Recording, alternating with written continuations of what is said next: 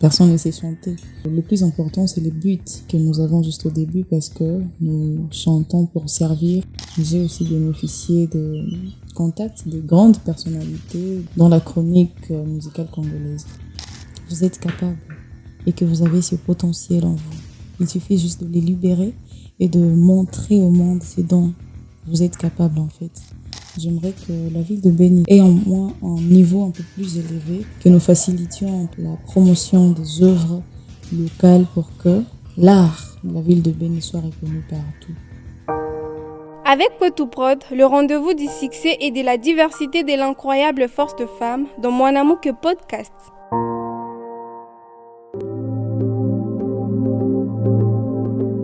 Salut tout le monde, par le nom je suis Jacqueline Vivouya, étudiante à Sciences de l'information et de la communication, mais aussi à une autre casquette, je suis journaliste culturelle à la radio-télé Unité Beni, chanteuse gospel. Tout d'abord, le métier de journaliste culturel, communément appelé ici en ville chroniqueur, je me base plus dans la musique, que ce soit la musique profane, soit gospel. Nous sommes dans la promotion des œuvres locales, donc nous recevons différents artistes pour la promotion de leurs œuvres sur le plan local, voire national, avec les différentes connaissances que nous avons. En tant que chanteuse, je suis chanteuse gospel œuvrant dans l'église catholique, plus particulièrement dans les départements de renouveau charismatique catholique. Et je suis étudiante depuis maintenant 6 mois dans la faculté des sciences de l'information et de la communication, département de communication appliquée.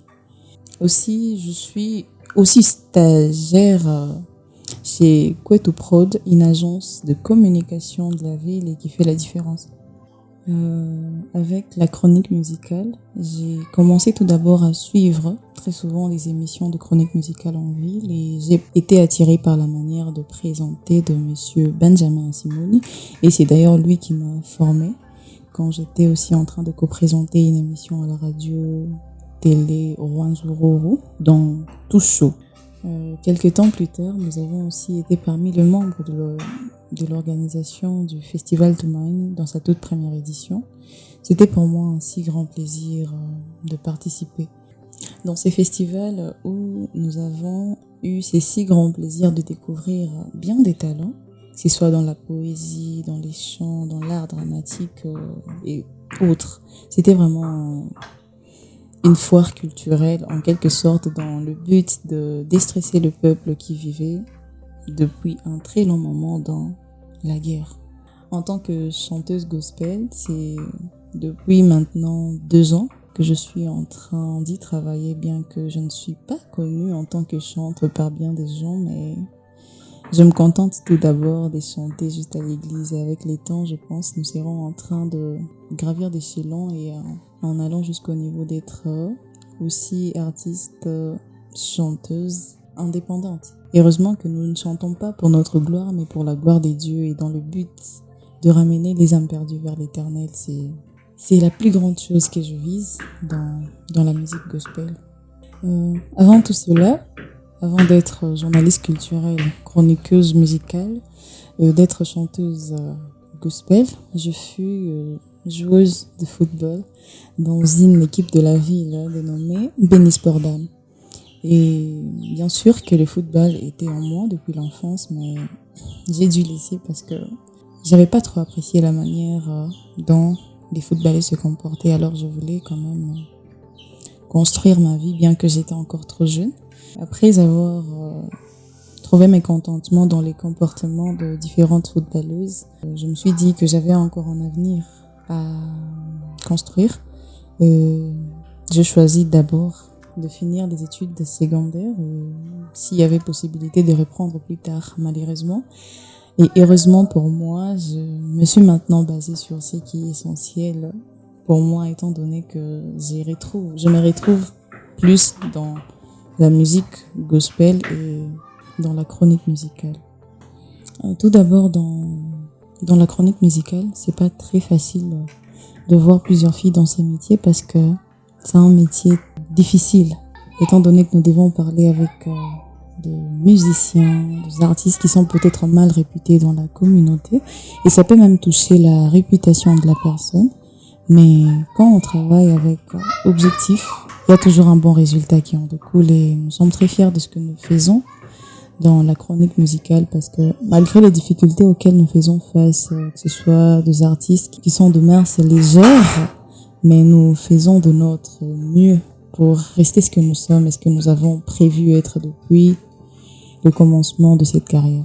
Et dans la musique, il y a bien des défis, mais ça dépend juste de la compréhension de chaque responsable. Pour mes parents, ça n'a pas vraiment été très dur de voir que je me lançais dans la carrière d'artiste musicienne et surtout parce que c'était dans la musique gospel.